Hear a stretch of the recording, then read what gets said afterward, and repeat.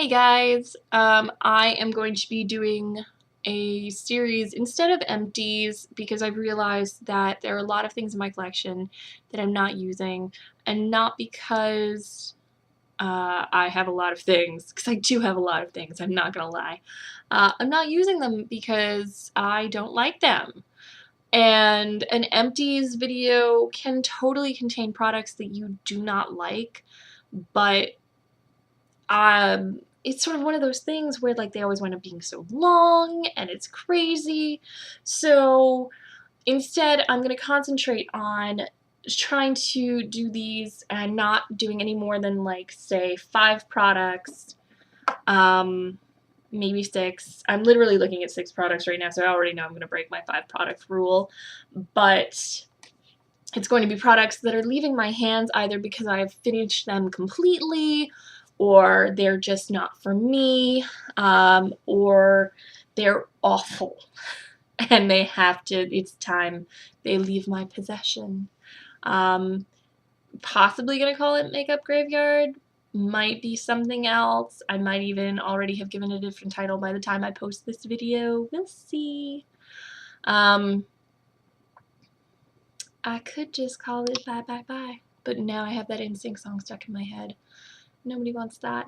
You know what? I'm looking right at it, so I am going to start off with something that I got in my top box this month, which is a deluxe sample of the Makeup Forever Smoky Extravagant mascara.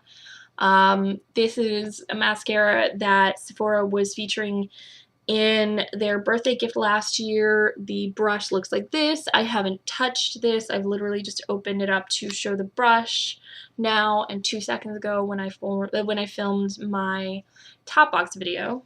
Oh, you know what? I'm gonna slow down for a second. Slow down, Sarah.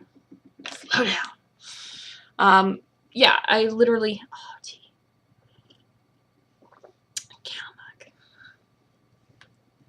So yeah, I literally just received this. I personally hate this mascara. I find that the formula is too wet for me. The brush is too big. It is a great lengthening mascara if you have very stubby lashes. My mom, for instance, has very stubby lashes. This mascara did no good for me.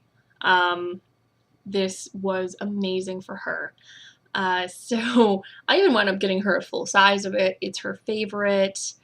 I already know that this has a home. It's not even going to enter my collection. It's literally going to go straight to her.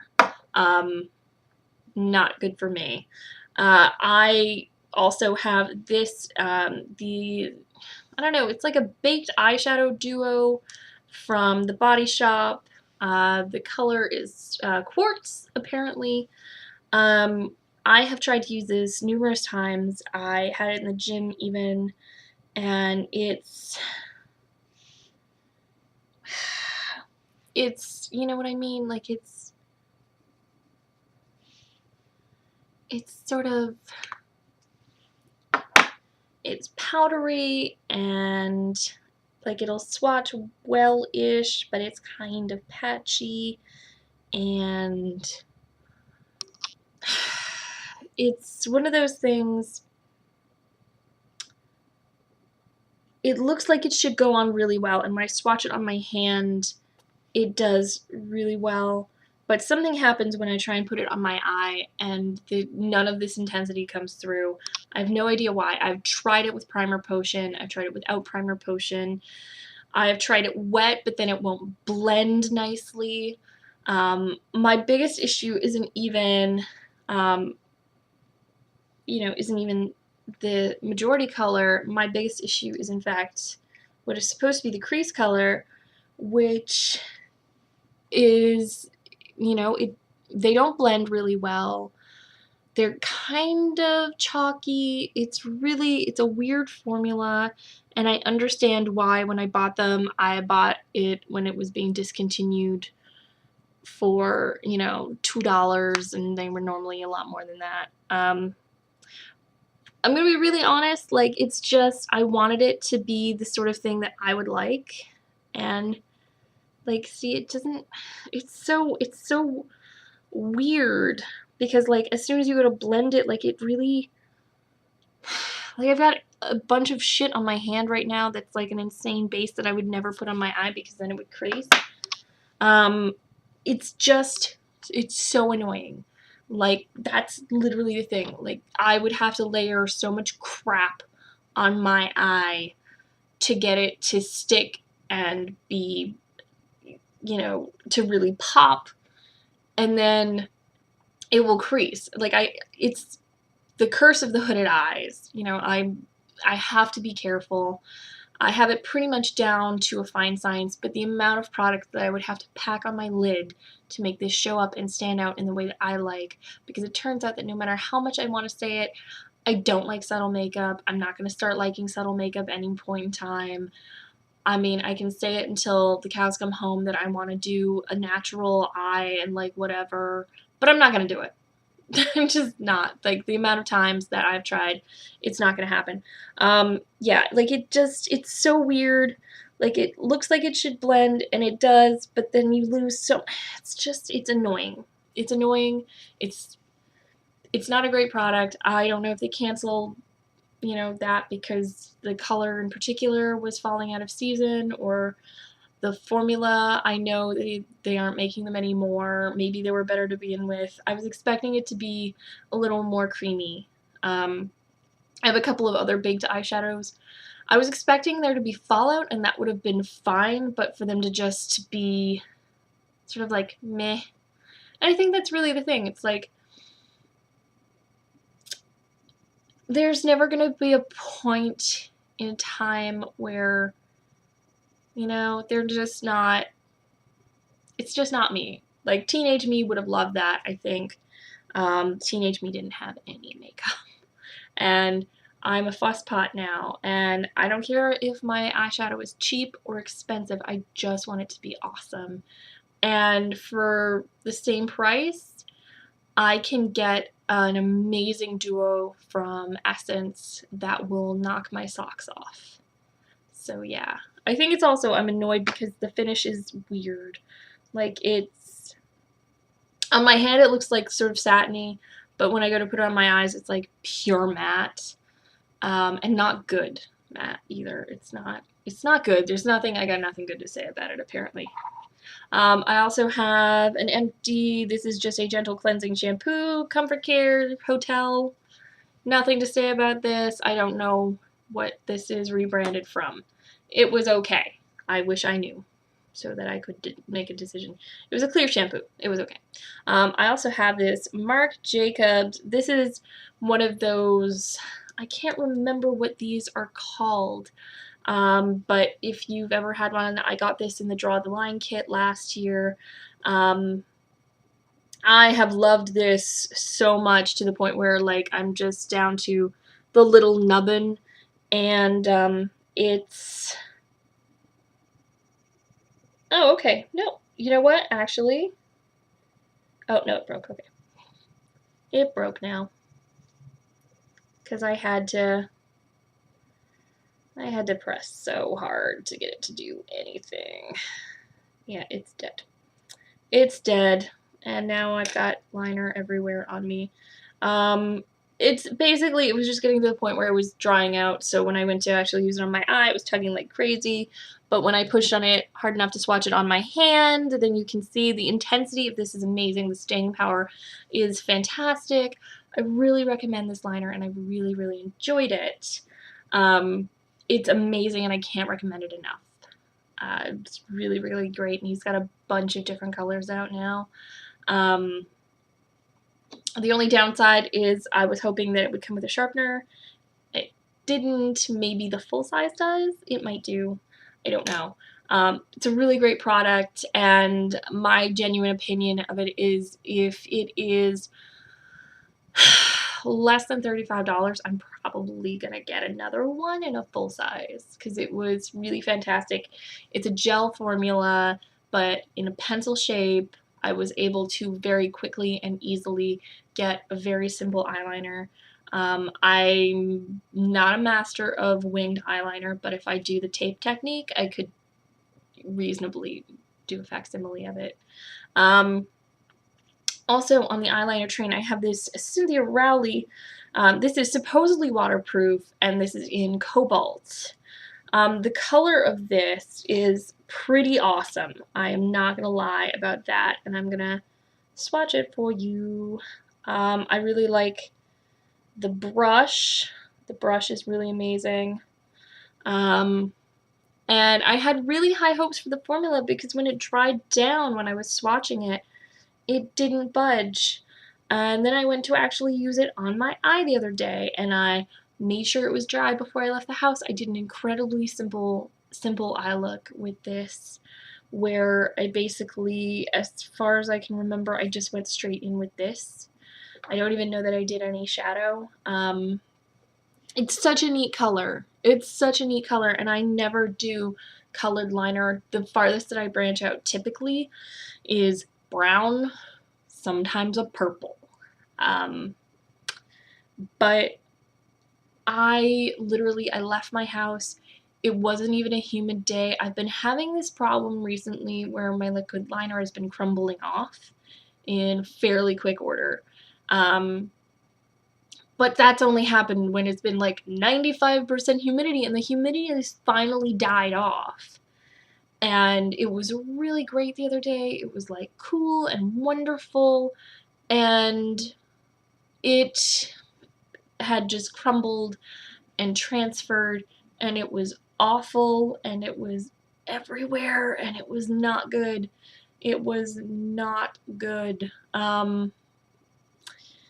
It came off incredibly easy, but it also smudged it was not good. It was not good. I don't know if it's because of the color or what. I would not recommend this. I was not happy with it. It literally, I left my house, I walked to the bus, so I walked 20 minutes from my house on a day that was breezy and cool and pleasant, and it was already crumbling by the time I got to the first bus. By the time I made it from there to the ferry, like, it was just crumbling. So it might be that because of the way that my eyes crinkle, like, I just did little flicks and they were gone. And I was like, well, maybe, but then even this bit, like, along the lash line wasn't holding up great either.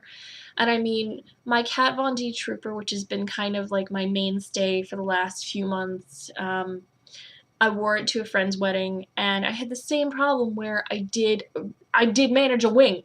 I managed a wing, and it was perfect. We had like 90% humidity, and it was insane. And it did crumble. It did crumble, but only places where it would crinkle, and it was still like along my lash line, and that was totally fine. But this was gone. There was nothing. It just flaked off. It was really weird. And I've heard people talk about that, and I've never had that happen before. So yeah, this is the third eyeliner I've had from Cynthia Rowley now. And honestly, I have had a few Cynthia Rowley products, and if anybody from Birchbox ever sees this, they're not great. Like, the best you could say about them in passing is like they're meh.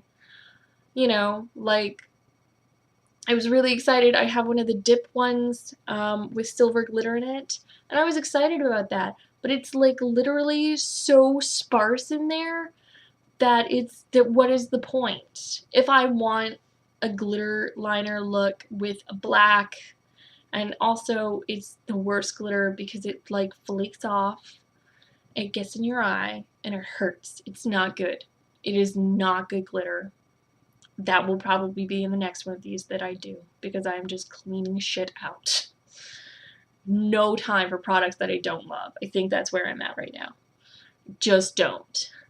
Anyway, the last thing is this bottle of Cetaphil, which I've had for like 2 years, and it's gross and disgusting. I pulled it right out of my shower. This is the 1 liter size from Costco. I think I got this for like 15 bucks. This stuff is great. It is pretty cheap as like boss-ass cleansers go. It is gentle. It will not irritate your skin in any way, shape, or form. It is amazing. So many dermatologists recommend this, or like CeraVe, and like the Aquaphor shit.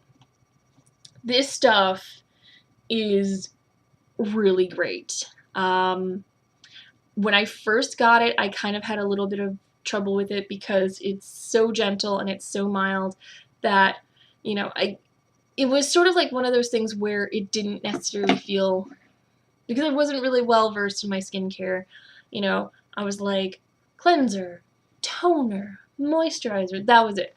That was my world. I didn't really understand things like face masks or exfoliants or anything like that.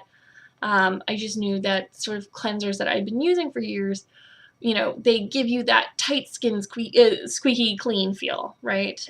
Which isn't necessarily very indicative of your skin actually being clean, so much as your skin kind of being dried out.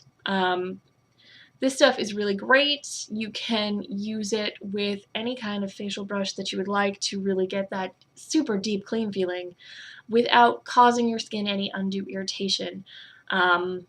I believe in using the sonic toothbrush instead of a Clairsonic technique myself, which I've totally done with this cleanser, and that's been totally fine. It's also really good with just like a really good washcloth, and you just really buff it in.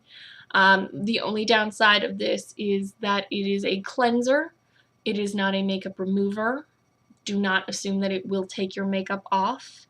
This, however, is a good second step if you have like a cleanser that you normally use, your makeup remover that you normally use, and then you want a cleansing step, a really good calming cleansing step.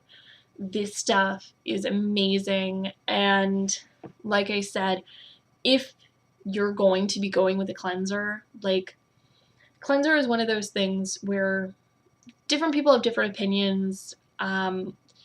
I have the opinion that because it's not on your face for a very long time, you don't necessarily have to spend a lot of money, but you do need to make sure it's something that's not going to be irritating your skin. I feel like that's pretty obvious, especially if you're going to the trouble of taking a full face of makeup off beforehand. You're already running the risk of irritating your skin because you're like fussing with it, and you know, your skin only likes so much fuss. So this stuff is fantastic. I can't recommend it highly enough. I have a couple of cleansers that I have gotten that I need to burn through before I get another bottle of this. Like, literally, it's lasted such a long time. Personally, for me, I tend to use 2 to 3 pumps when I am going to be using this, and I keep it in my shower. I also, this is currently what I have in a smaller bottle in my gym bag. It's really great and effective for, you know, most stuff. Again, if you're like overly sweaty, you're gonna want something to sort of like really feel like you, I don't know, it's sort of like right now it's a battle for me between do I go back to this, or do I just invest in Purity Cleanser? I've got a bunch of Purity Cleanser right now because I accidentally bought 2 sample things of like the Purity Cleanser and their exfoliant stuff that goes alongside, and so I've got a shit ton. I've got basically a full-size Purity Cleanser. And if I'm honest, like, I really love that. Probably as much or more than this, but this might win out just because it's really cheap. I only bought the Purity Cleanser in that format because it was like $15 for this like quite generous set to try them out, and yeah. So anyway, that's everything on this, whatever this is going to be called, and thank you so much for watching, and I hope to see you guys next time, and hopefully this is a series that you guys enjoy. I liked that I had a little bit more time before somebody was going to shout at me for taking so long doing this, to talk to you guys about the products, because I think that's one of the things that maybe if I breeze through too fast in like an empties video that you miss out on. and it can be a bit much anyway to like have so many things to talk about. Like, it's so much to take in. Anyway, so thank you so much for watching. I will try and remember to put links below to the products that I have talked about if they are still available for sale. Wait, no, I'm not going to do that. Unless it's something I really like. Actually, yes, I'll do that if it's something I like. So basically the Marc Jacobs, I won't link to Cetaphil because you can just get that anywhere. You can get that at Walmart now. But yeah, so really great products, the Marc Jacobs and the Cetaphil. And thank you so much for watching. I will talk to you guys soon. Okay.